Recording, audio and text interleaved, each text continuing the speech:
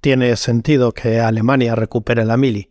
Para el ministro de Defensa germano, el socialdemócrata Boris Pistorius, fue un error suspender el servicio militar obligatorio y considera que hay buenos argumentos para su vuelta. Soy Ignacio Rubio Pérez y esto es Inteligencia Alemana. De otra manera, en este formato tendremos charlas con los expertos que sí saben. Ich glaube, dass eine Bundeswehr, eine Streitkraft insgesamt nur dann erfolgreich einen so wichtigen Auftrag in diesen Zeiten erfüllen kann, wenn sie da ist, wo sie hingehört. Und das heißt, in der Mitte der Gesellschaft, sowohl was Wahrnehmung angeht, als auch... El debate está servido. Los partidos políticos opinan, se realizan encuestas y al final el tema vuelve a la agenda. Si el ministro de Defensa aboga por la vuelta de la mili, el canciller Olaf Scholz cree que no tiene sentido. La invasión rusa de Ucrania ha encendido las alarmas en Alemania. El conflicto se ve muy cerca, a apenas 10 horas en coche. Era 2010 cuando se hizo la última llamada a participar en el servicio militar obligatorio. La Bundeswehr, como el resto de ejércitos europeos, optaba por potenciar la faceta profesional. No hacía falta llamar a filas a los ciudadanos de la República Federal. Por cierto, que en 2010 se llamaron a unos 60.000 hombres. Sí, las mujeres no estaban obligadas. En total tenían que prestar servicio durante 6 meses. En los años 70 era durante 18. Durante la Guerra Fría, la llamada a las armas era para hacer frente a un enemigo latente, tanto en el este como en el oeste. Unos temían a Estados Unidos y sus aliados de la OTAN, otros a la Unión Soviética y a sus socios del Pacto de Varsovia. En los 90 desaparece esta amenaza. Cae el muro y Europa afronta con entusiasmo una época de libertad, comercio y cooperación. Que se eliminara la mili era solo cuestión de tiempo, aunque hubo que esperar hasta 2010 para que se hiciera de forma oficial. Bueno, en realidad nunca se eliminó, sino que se desactivó. Se puso en pausa, porque la Constitución, la ley fundamental, recoge todavía el servicio militar en Alemania. Así que lo que se hizo es ofrecerlo de manera voluntaria para aquel que quisiera alistarse. Ahora, abogan muchos porque vuelva a ser obligatorio. Y claro, hay que pulsionar a la sociedad, conocer qué es lo que piensa. Una encuesta de febrero de 2023 realizada por el Instituto Kantar para Greenpeace da algunas claves. El 46% de los alemanes estaría a favor de que volviera la mili, el 50% en contra. El 4% restante no tiene una opinión formada. Cuando echamos un ojo por simpatizantes de los diferentes partidos políticos, los porcentajes varían mucho.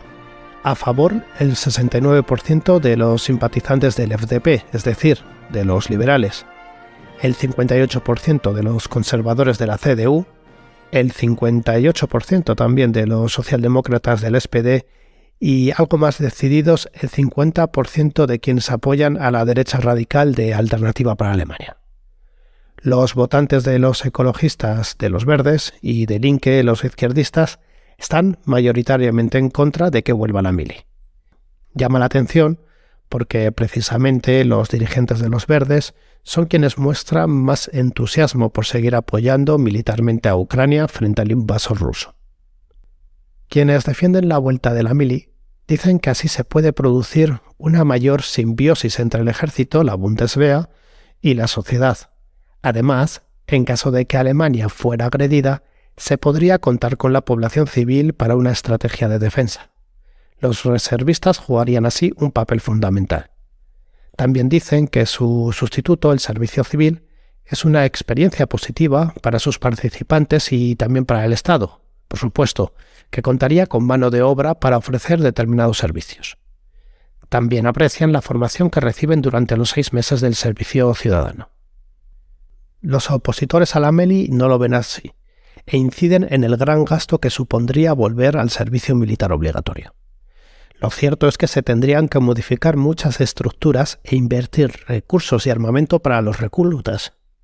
También afirman que el ejército se ha profesionalizado, que ya no es lo que era en los años 90 y que las herramientas que se utilizan en la actualidad son de alta tecnología, dirigidas a expertos militares. El ministro de Finanzas, el liberal Christian Lindner, argumenta que se quitaría del mercado laboral a muchas personas durante un largo tiempo, y eso al final lo sufriría la economía. En la actualidad, 183.000 efectivos componen la Bundeswehr.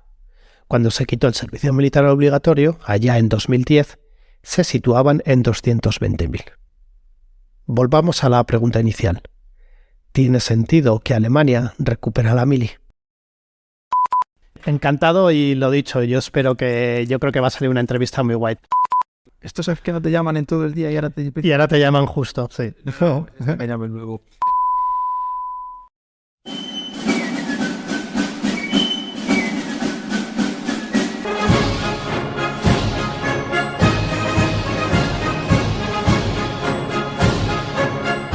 Para hablar sobre el servicio militar obligatorio en Alemania, contamos en este episodio con un perfil académico fuerte, Alberto Bueno. Es profesor de Ciencia Política en la Universidad de Granada y profesor adjunto de la Institut für Politikwissenschaft de la Universidad de Leipzig, así como miembro asociado del Instituto de la Paz y los Conflictos de la Universidad de Granada. Editor de Global Strategy, codirige el podcast Estrategia sobre geopolítica, estudios estratégicos y militares. Hola Alberto, bienvenido a Inteligencia Alemana. ¿Cómo estás? Hola Nacho, un placer estar en Inteligencia Alemana, de verdad. Hablemos sobre la mili, vamos directos al tema. ¿Por qué crees que muchos alemanes están planteándose ahora su vuelta en pleno año 2023? Este es un tema interesante que además no es únicamente alemán, ni tampoco es nuevo, ¿no? En el año 2011 la mili en Alemania se eliminó, por así decirlo. Esto tiene más matices, pero dejémoslo ahí. Y lo cierto es que desde entonces ha sido recurrente, al menos desde ciertos sectores, el apelar, el recordar o el tratar de revivir la mili. Por ejemplo, recuerdo cuando la exministra de Defensa, el gobierno de Angela Merkel, Annegret Kramp-Karrenbauer, propuso una vuelta a la mili. No hablaba de regresar al antiguo modelo de reclutamiento, pero sí a la necesidad de promover la unidad, del pegamento social, de tratar, de abrir una oportunidad para aquellos que quieran contribuir a la sociedad. Es decir, un debate que tiene más de social, de político, de cultural, nacional, que no en sí de política militar y de defensa. Y estas características, o estos más que características, estas razones para tratar de recuperar la mili, son observadas en otros países, por ejemplo en España, que también suprimieron o suspendieron sus servicios militares obligatorios desde principios del siglo XXI. Claro, con la guerra en Ucrania, la agresión militar rusa contra este país, y todos los debates que se han suscitado sobre la defensa, y muy especialmente en Alemania, y lo conoces perfectamente, lo trabajas en tu podcast, de cuál es la dirección, de si Alemania ha perdido capacidades de defensa, en fin, todo este debate, claro, ahí aparece de nuevo la cuestión del servicio militar obligatorio y de si es necesario que al menos una parte de la ciudadanía, tenga ciertos conocimientos básicos sobre cuestiones tácticas militares. Para ello, además, se mira en otros países escandinavos, algunos en el este de Europa, pero sobre todo en el norte, ¿no? Como mejores ejemplos, que no han suprimido su servicio militar, sino que lo han mantenido en todos estos años. Lo cierto es que son modelos muy distintos. Cuando se alude a esos países que han mantenido el sistema de mili obligatoria, por así decirlo, tienen particularidades que no se conocen o no se mencionan. Pero, en definitiva, estas son un poco las coordenadas del debate. Como digo, durante todos estos años no ha sido algo... ha sido algo recurrente, pero, como menciono, más cercano a cuestión nacional, a cuestión política, que no a militar y defensa. Y, claro, con la guerra en Ucrania y la amenaza de Rusia, etcétera, y los debates de defensa, vuelve al tablero. Comentabas que, de hecho, ya en tiempos de Angela Merkel se estuvo barajando la posibilidad de reintroducir la mili, de reactivarla, por así decirlo. Imagino que Si nos retrotraemos a lo que es la antigua mili, ¿no? Había diferencias entre la Alemania oriental y la occidental durante la Guerra Fría. No sé si nos puedes comentar sobre esto.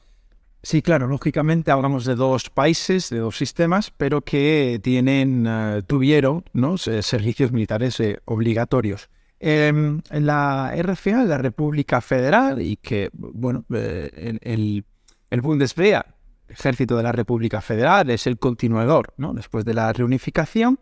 La mili obligatoria, el servicio militar obligatorio, ¿no?, pues se decreta en el año 1957. Pensemos que el ejército alemán que conocemos, el Bundeswehr, se crea en el año 55, es decir, 10 años después de que acabe la Segunda Guerra Mundial, y con todo un debate que daría para un episodio por sí mismo muy interesante. Totalmente.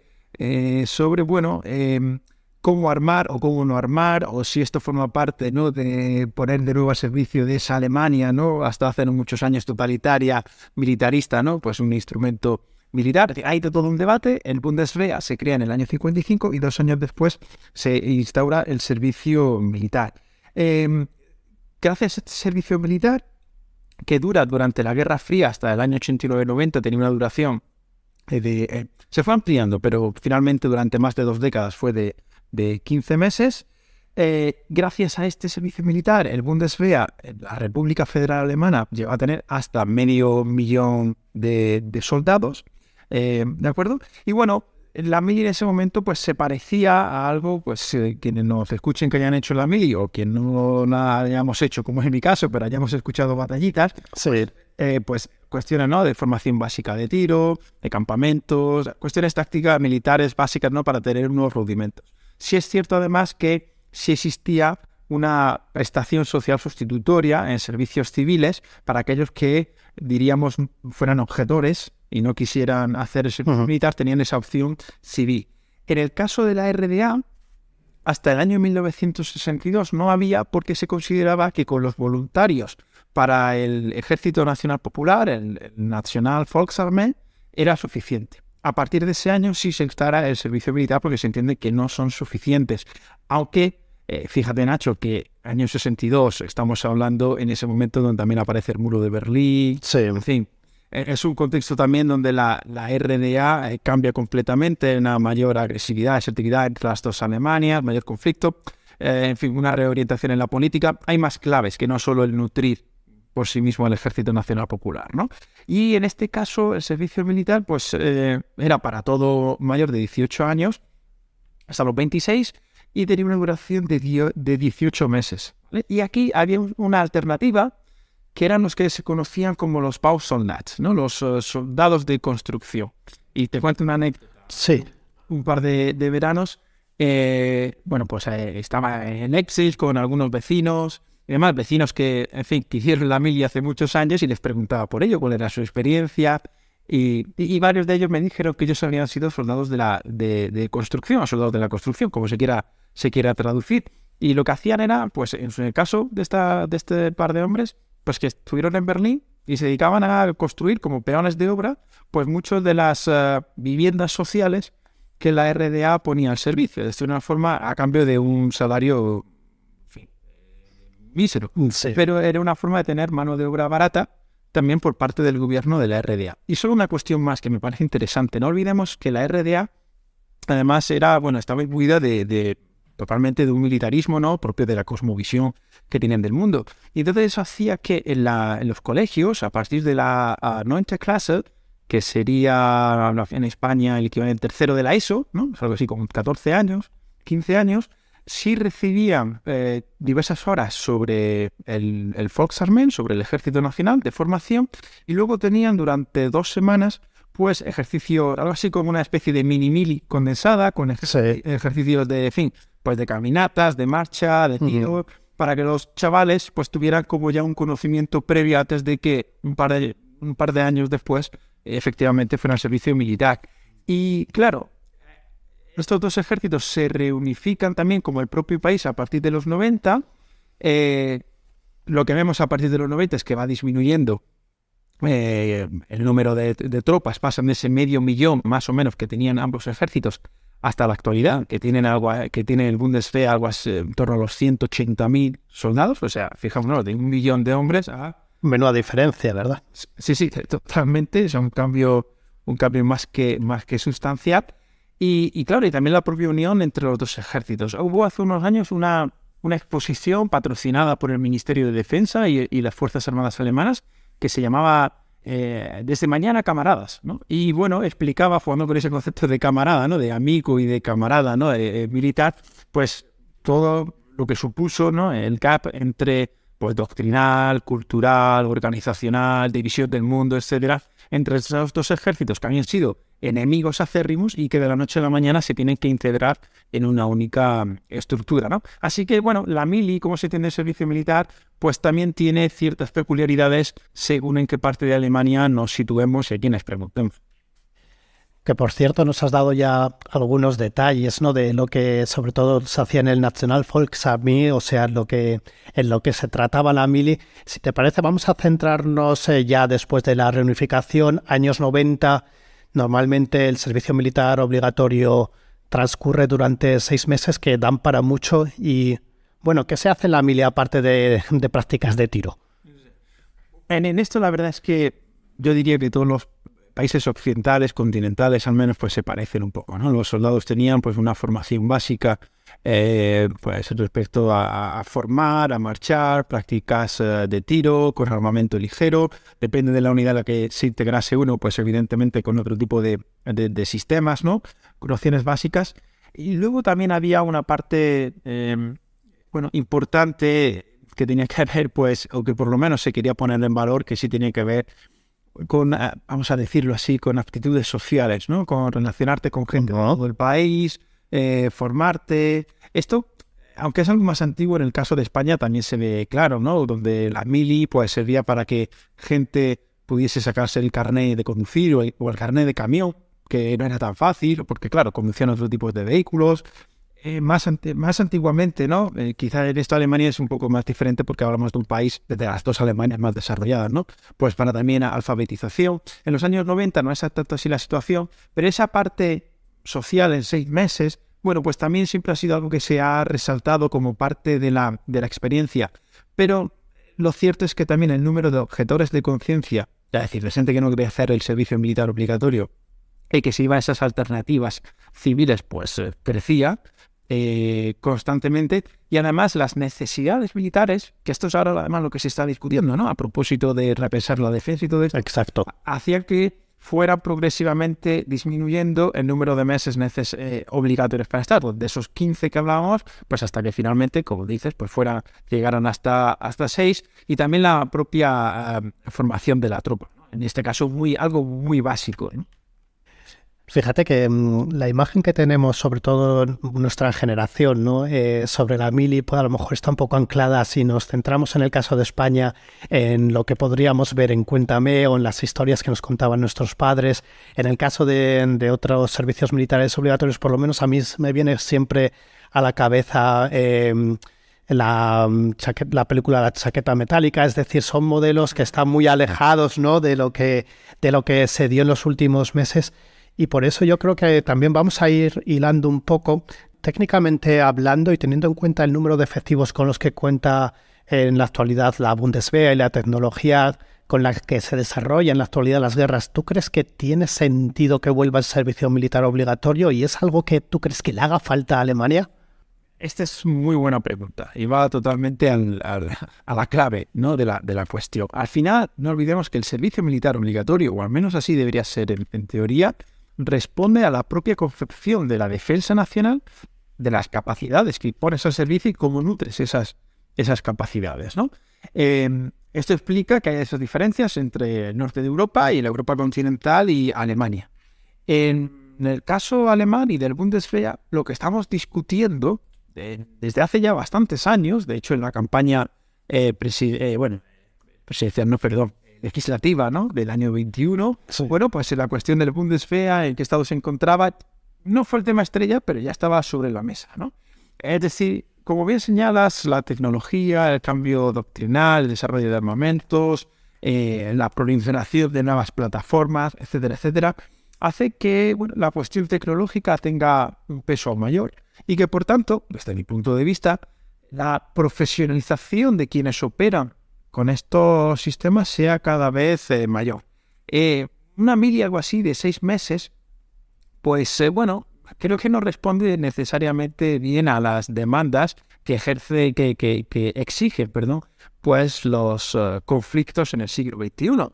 Ya hablemos de los conflictos que hasta hace unos años eran estrella, esto de los conflictos asimétricos en países lejanos, etcétera, como si hablamos de la guerra convencional hoy en día.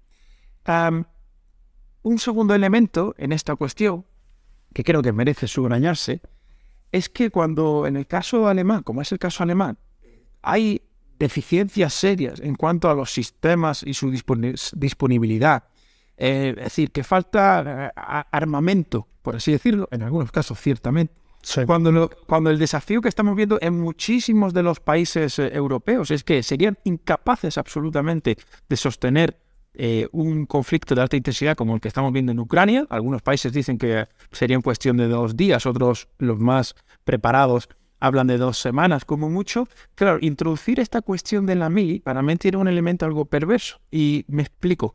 Porque creo que cuando se vuelve a recuperar la mili o la idea de que es necesario implementarla, me da la sensación que lo que se pretende es arreglar con la mili otro tipo de problemas sociales o políticos que están presentes. Y me voy, por ejemplo, a esa idea que decía, que propuso la exministra Karrenbauer, ¿no? Como pegamento social, como cohesión nacional, cuestiones más volátiles, ¿no? Más líquidas, que resulta que ahora hay que preguntarse si el ejército, las Fuerzas Armadas, el Bundeswehr, en este caso, están para eso. No vaya a ser que estemos solucionando o pretendiendo solucionar con el Bundeswehr otro tipo de problemas. Y aquí una última cuestión que me parece también relevante para este debate. Alemania, como otros países, tiene lo que se llama la reserva, los reservistas, ¿no? La gente que simplemente o bien hizo el servicio militar y decidió permanecer activo, o bien, como se han apuntado como reservistas voluntarios, pues constituyen esa masa de personas que, en caso de un conflicto, pues sería, como su nombre indica, ¿no? Ese segundo contingente, ¿no? de personal que nutriría, al menos en un primer momento, en caso de un conflicto, pues al Bundeswehr, ¿no? Y al igual que en otros países, porque no es un problema únicamente alemán, vemos que la reserva no termina de funcionar, que no están bien formados, hay quejas acerca del número de meses que desarrollan, de las actividades, ¿no? que para que se les forman. En el caso alemán, fíjate, y esto también lo has abordado en algún episodio de inteligencia alemana, se ha visto que en estos reservistas, había filtración de elementos de ultraderecha, es decir, gente de esta ideología radical que decide entrar en la reserva como una forma de formarse, con la redundancia, con el problema añadido que esto genera. Es decir, que la reserva no está funcionando y sería el lugar ideal al que acudir, en caso de no tener servicio militar obligatorio, para tener una reserva de personal, ¿no? Por tanto, los liberales, de hecho, recuerdo en este momento, hace unas semanas, el FDP proponía que ese fuera el camino a seguir en Alemania, que antes de instaurar un nuevo servicio militar obligatorio se mejorase la reserva. Creo que eso tiene más sentido, a mi parecer, dentro, y vuelvo al punto inicial, de cómo se concibe la defensa nacional y su planeamiento en un país como Alemania.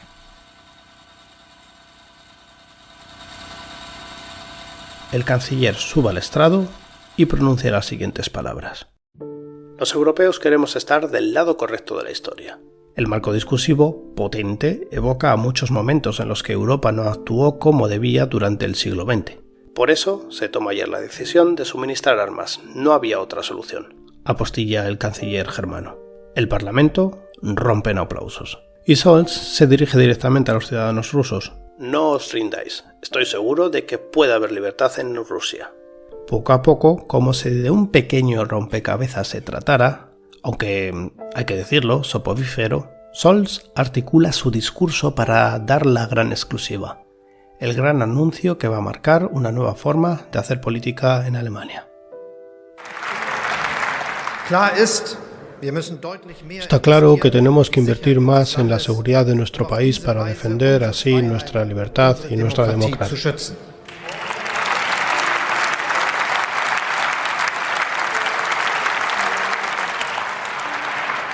Es un gran esfuerzo nacional.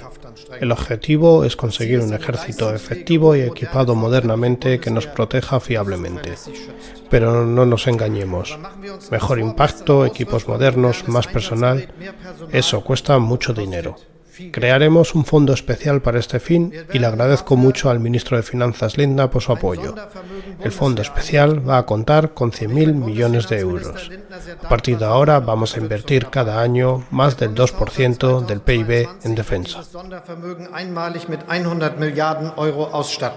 Wir werden von nun an Jahr für Jahr mehr als 2% des Bruttoinlandsprodukts in unsere Verteidigung investieren.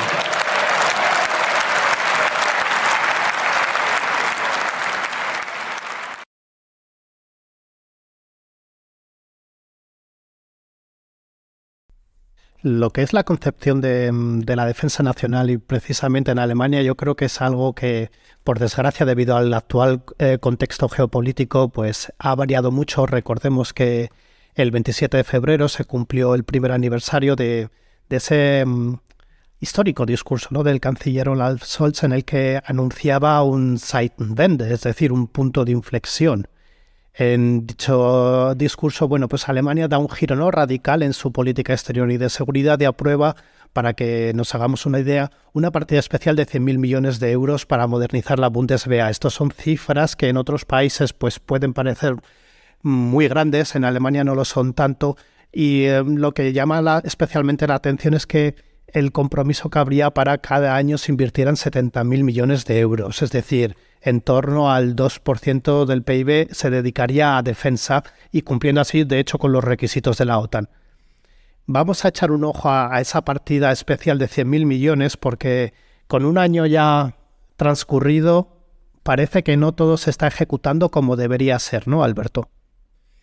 Sí, totalmente es el debate, no solo en Alemania, sino en toda Europa. En Estados Unidos hemos estado discutiendo este año, porque en Scholz, ¿no?, dijo, hay un cambio de época, un punto de inflexión como descripción general del panorama, para afirmar a continuación que Alemania y su defensa y su Bundeswehr deberían ponerse, ¿no?, pues en consonancia con la exigencia, ¿no? Fíjate que venimos de una Alemania que asumió, por razones de su pasado más reciente, en el sentido más amplio, por razones varias, que lo militar, que la Fuerza Armada no debía ser un instrumento de su política exterior, de su acción exterior. Desde ese punto de partida, hay que entender lo que supone un discurso y un debate como el que hemos sostenido, como el que se ha sostenido en Alemania en el último año. Aquí vemos que tienes toda la razón. Los problemas empiezan a aparecer más pronto que tarde. En primer lugar, fíjate, se afirma que bueno, esos 100.000 millones, fruto de la situación económica, de la inflación, etcétera, no serán 100.000, sino que serán 85.000. Ojo, una auténtica barbaridad de dinero, que sí, dentro del PIB alemán pues se queda algo más disminuido, pero para otros países pues es una auténtica, ¿no?, suma alucinante, ¿no?, de dinero. O sea que ya vemos que primero hay condicionante inicial económico por medio, ¿no?, que está impidiéndose. El nuevo ministro de Defensa, a los pocos días de tomar posesión, el señor Pistorius, dijo que lo que algunos analistas ya habían afirmado meses antes, no sé si es que recogía directamente sus análisis o era, en fin, distintas actores llegando a la misma conclusión, que en cualquier caso ese fondo especial de 100.000 millones se queda absolutamente corto para las necesidades que demanda el Bundeswehr, es decir, para tener un ejército modernizado, capacitado, ¿no?, es decir, que pueda llevar a cabo un conflicto de alta intensidad. Y dejaban esa cifra en tres veces más, en 300.000 millones de euros, el montante de dinero que necesitaría. Es decir, que nos estamos viendo que ya se está quedando corto por cuestión económica y que las previsiones se disparan respecto a la verdadera necesidad que tendría el Bundeswehr. Y luego estamos viendo otros problemas asociados que creo que son interesantes y escapan más del escrutinio público porque son quizás ya cuestiones más técnicas, más internas, burocráticas, que tienen que ver, por ejemplo, con, fíjate qué simple y qué complejo a la vez, la propia dificultad de implementar, de llevar a cabo un gasto tan enorme. Tan enorme, claro. Claro, las propias instituciones no están preparadas para digerir ese flujo de dinero. Además, en Alemania, bueno, el Parlamento, la oficina presupuestaria, entre otras instituciones, tienen un papel relevante en la propia ejecución y en el desarrollo de la política de defensa.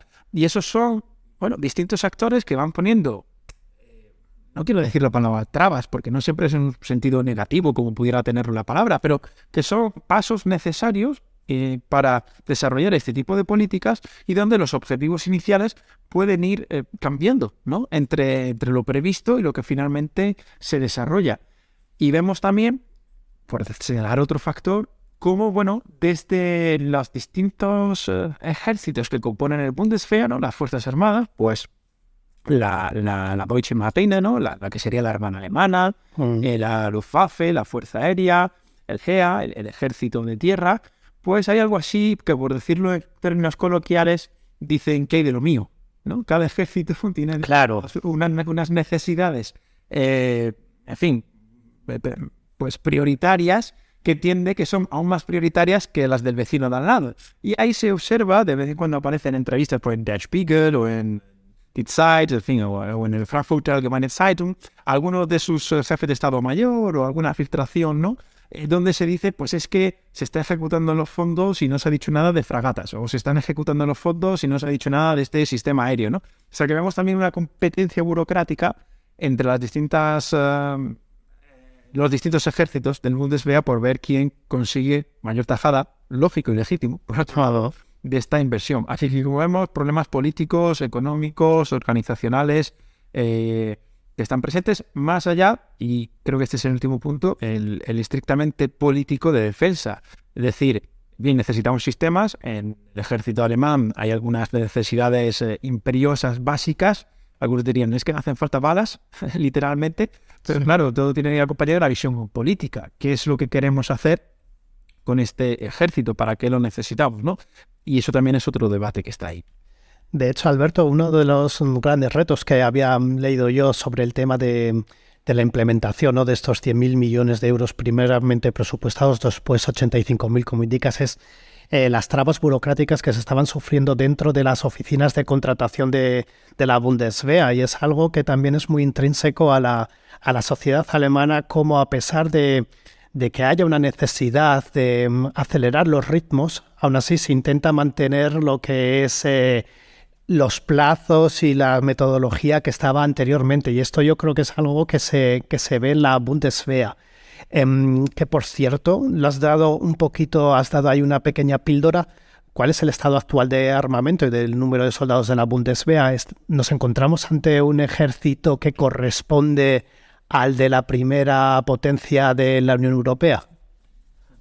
Fíjate, antes de ir con esta cuestión, con lo que has dicho, porque me parece, les digo a mis estudiantes de administración, un tanto exagerado lo asumo, ¿no? Digo, pero Alemania inventó la burocracia, sí.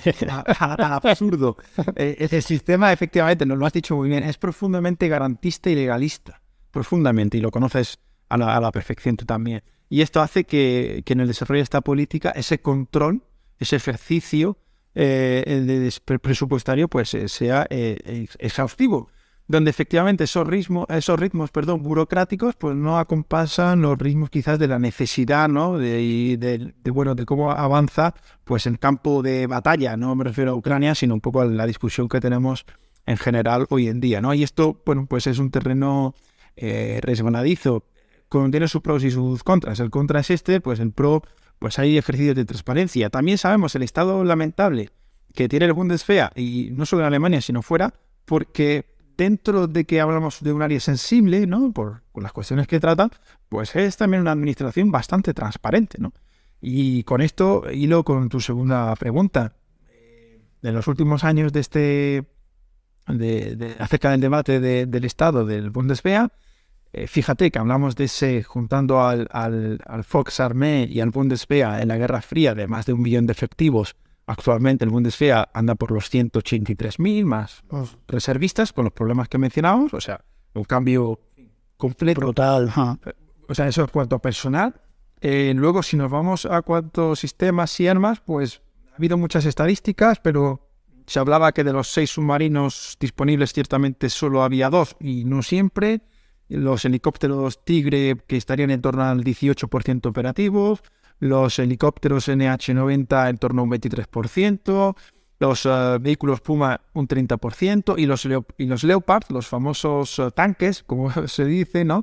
Pues que de los 260, 270 tiros de memoria Leopard que tendría Alemania, en sus distintas versiones, pues estaría en torno cerca del 50% estarían disponibles. Estos son datos realmente, claro, esto hace comprensible también, pues bueno, toda la discusión que ha habido, al menos una parte, respecto al envío o no de Leopards a Ucrania, porque cuál es la disposición, cuáles tenemos, sus distintos modelos. No es lo mismo el Leopard 1 que ya en las versiones 2 a 4, las más avanzadas. En fin, todo un debate ahí ya técnico al que no entramos, pero que lo señalas perfectamente. Más o menos en torno al 50% de la fuerza, en el mejor de los casos, sería operativa. Pero es que en los últimos años también ha habido ciertas polémicas por respecto a los HK, al armamento que lleva el soldado de a pie y pues la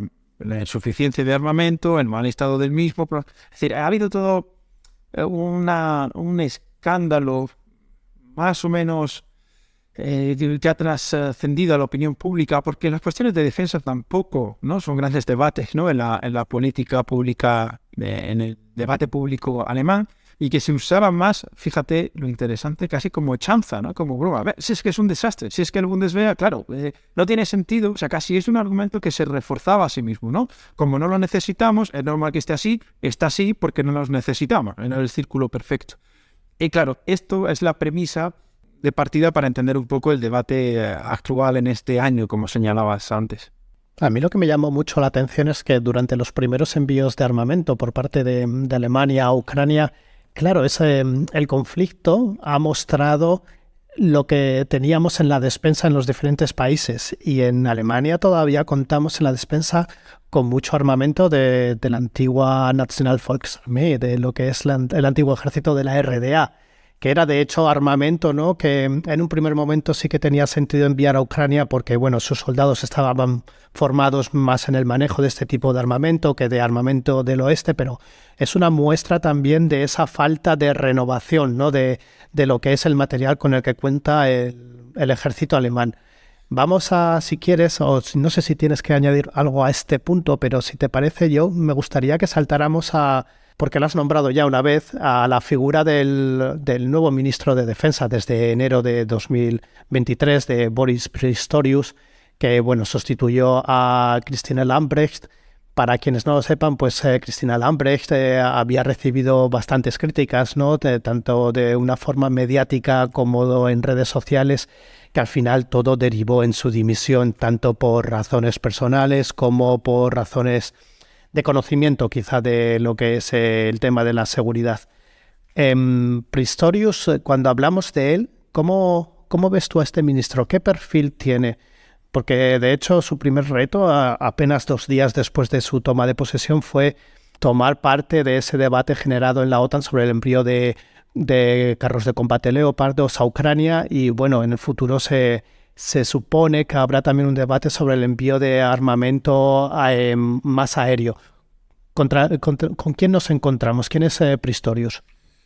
Bueno, siguiendo un poco su política a raíz de, ¿no?, lo que trasciende en prensa y, como bien dices, ¿no?, declaraciones, vemos que, bueno, Pistorius ha decidido posicionarse claramente, es decir, que el Ministerio de Defensa alemán tenga una posición más o menos clara en determinadas cuestiones que se entienden trascendentales. Que esto ya es una diferencia abismal con lo que veníamos observando con la exministra Lambrecht, ¿no? Hace ya muchos meses, casi diría que no es 2022, sino a los pocos meses de formación del gobierno, leía por ahí, en lo que luego se convirtió casi en un lugar común, en decir que la ministra Lambrecht no se encontraba a gusto en el cargo, ¿no? Se la había totalmente perdida, sin decisión, y me parece que eso fue buena parte de su mandato, ¿no?, que no estaba, quizás, no sé si cómoda o no era su cartera, no sé, esto ya se entra en un espacio de especulación que, en fin, no tiene mucho sentido, pero que sí parece claro, ¿no?, que una vez que la agresión rusa contra Ucrania se produce y los retos que se ponen sobre la mesa, pues parece que está desbordado, ¿no? Con situaciones, o sea, con decisiones titubeantes, zigzagueantes, en fin, sin mucho... difíciles de comprender, ¿no? Y como bien se sabe, las últimas polémicas, incluido el vídeo en la noche de Nochevieja, ya fue, en fin, efectivamente la gota que colmó el vaso. Frente a eso, Pistorius parece mostrarse más decidido a tomar decisiones, a, como decía, que hay una visión clara de qué necesita o qué quiere Alemania, cuál es la posición, y desde ese punto de vista se agradece. Viene de la política regional, es un hombre de peso en el SPD, y bueno, en ese sentido, algunos dicen que quizás puede estar más fogueado para esa discusión, ese tira y afloja, incluso dentro de la propia coalición. Aquí, antes de continuar, pues habría que reflexionar, ¿no? Si Lambrecht, bueno, recorrido algo similar, pues ¿por qué no estaba, ¿no? tan próxima o tan preparada, mejor dicho, ¿no? para ello? Sí me parece interesante este perfil que se subraya algunas veces, ¿no? De hombre fogueado, hombre político, porque efectivamente no olvidemos que hablamos de un gobierno de coalición donde el canciller Scholz es de los socialdemócratas, el ministro de Defensa es socialdemócrata, pero el Ministerio de Asuntos Exteriores pertenece a los verdes, a la ministra Baerbock. Con lo que ello supone, hay que entender en un sistema parlamentario como el alemán, que el canciller federal Scholz establece las líneas generales, ¿no? de la política, pero la política de defensa es un instrumento, un área, sí, particular y especial dentro de la política exterior, por lo que es la ministra de Asuntos Exteriores quien luego trata de ejercer la dirección, ¿no? En este sentido. Y digo todo esto porque podemos ver ciertos tiras y aflojas o ciertas disonancias o pugnas por llevar la agenda, pues entre, por un lado, socialdemócratas y verdes. Aquí los liberales quedan más en un segundo plano por las carteras que tienen, aunque bueno, está la cuestión de la financiación de los 100.000 millones que hablábamos antes. Sí. Hay que tenerlo al final, ¿no? En la caja y el dinero, que es importante, y luego de competencias, ¿no? Hasta dónde llega esa línea política que marca el canciller y dónde llega la dirección política que trata de marcar Baerbock, los verdes, además, un partido con una posición muy clara, quizás la más asertiva desde hace mucho tiempo respecto a confrontar a Rusia, a establecer líneas rojas, a la necesidad de ayudar a los países vecinos del centro y el este de Europa, donde en SPD, bueno, pues sabemos que viene de otra tradición política y donde han tenido otro rumbo político, por lo que hay una doble competencia entre los distintos ministerios, las distintas oficinas y también ideológica de partido. Lo que es el Ministerio de Defensa, por lo menos en Alemania, y por la experiencia que yo he ido acumulando durante los años, es una silla bastante caliente en la que uno se sienta y a los pocos minutos ya parece que ya quiere irse. Pistorius parece que por lo menos en un primer momento ha cogido el mandato con bastante fuerza, marcó su postura en la cumbre de la OTAN sobre el envío de carros de combate Leopard, y ahora, de hecho, por eso estamos hablando de este tema aquí en esta entrevista, es el que planteó que se iniciara un nuevo debate sobre la vuelta del servicio militar en Alemania. El apoyo de los alemanes en lo que corresponde a apoyar a Ucrania está decreciendo en comparación con lo que hacía un año, y ahora se está planteando que vuelva la mili. ¿Crees que esto es posible? ¿Que estas dos cuestiones se pueden conjugar? Inas muy bien las dos cuestiones y la respuesta no es fácil, ¿no? Fíjate, solo una cuestión a propósito de lo que señalabas. Pistorius, desde la dirección del SPD, normalmente los socialdemócratas, evidentemente con diferencias entre países, ¿no? Pero los socialdemócratas han tenido ciertas posiciones más amables con respecto al servicio militar obligatorio, desde esa posición más de pública, de social del mismo, y no profesional o elitista de la milicia. O sea, no es tan disonante. Señalas la cuestión de la opinión pública, sobre la que se ha incidido mucho en estos meses, si había mayor apoyo hacia Alemania mandara armamento, ayuda humanitaria, etcétera, al país o no, a las decisiones que iba tomando, ¿no? el gobierno federal. Es importante a este respecto, y yo creo, por tanto, que deberíamos diferenciar dos planos. Uno, la opinión pública respecto al apoyo a Ucrania y cómo Alemania debería repensar su defensa y sus propias relaciones con Rusia. Y ojo, porque aquí la variable doméstica es fundamental. Lo has abordado en algún episodio. No es igual la antigua Alemania occidental con la antigua Alemania oriental, ¿no? Y un poco sus sociedades que piensan. Aunque no olvidemos que la Alemania oriental representa algo así como un poco más del 15% del total de la población alemana. O sea, hay que ponerlo siempre en términos relativos. Pero bueno, ahí está ese factor. Quiero decir, esta cuestión externa, Ucrania, la guerra en Ucrania, la posición con Rusia, con luego aspectos de política doméstica. Porque aquí, aunque señalas bien que Pistorius puso el debate sobre la mesa, intuyo que son políticos, sectores más conservadores, los que en parte estarían a favor de este servicio militar, y no así pues sectores más de centro o de izquierda, ¿no? Y ahí creo que el clivaje, la diferencia entre izquierda y derecha puede ser decisiva. Tengo la impresión, y a lo mejor esto envejece muy mal, ya lo veremos en un año o en dos, pero tengo la impresión de que no llegará a puerto la iniciativa de implantar un servicio militar obligatorio, o no al menos con el carácter de universal y general que hubiera en el pasado. Que se abran vías a algo así como hace unos años se proponía, a que haya ciertos contingentes de varios miles de personas que, si quieren voluntariamente, hagan la mili, como se dice coloquialmente, tal vez, pero dudo sinceramente que vuelva el servicio militar obligatorio. Creo, y me parece que esto es un poco la percepción o un poco el estado compartido, que el Bundeswehr tiene ya de por sí suficientes retos por delante como para abrir nuevos campos, ¿no? El tener un ejército, como decías antes, ¿no? Que esté cuando menos a la altura, ¿no?, de la primera potencia económica europea, ya sería un cambio radical, ¿no?, en la política. Tenemos el reto entonces de aquí a un año, ver si este pronóstico envejece bien o mal. Por mi parte, Alberto, te doy muchas gracias por esta charla. A todos los que os interesa la divulgación científica sobre geopolítica, estudios estratégicos, defensa y guerra, el podcast Estrategia de Global Strategy es vuestro sitio. Lo podéis encontrar en todas las plataformas, y allí es que de hecho vais a poder encontrar y escuchar muchas entrevistas de profundidad sobre múltiples temas con académicos, especialistas, con miembros de las Fuerzas Armadas. Por mi parte, eso ha sido todo. Alberto, muchas gracias de nuevo y hasta la próxima. Y por la oportunidad, un placer. Pues ya está. Hasta aquí lo dejamos, Alberto. Yo creo que así te dejo un poquito de margen de maniobra. Yo creo que ha quedado bastante bien, ¿no? Sí, yo creo que sí, ¿no? Si tú estás contento, yo estoy contento.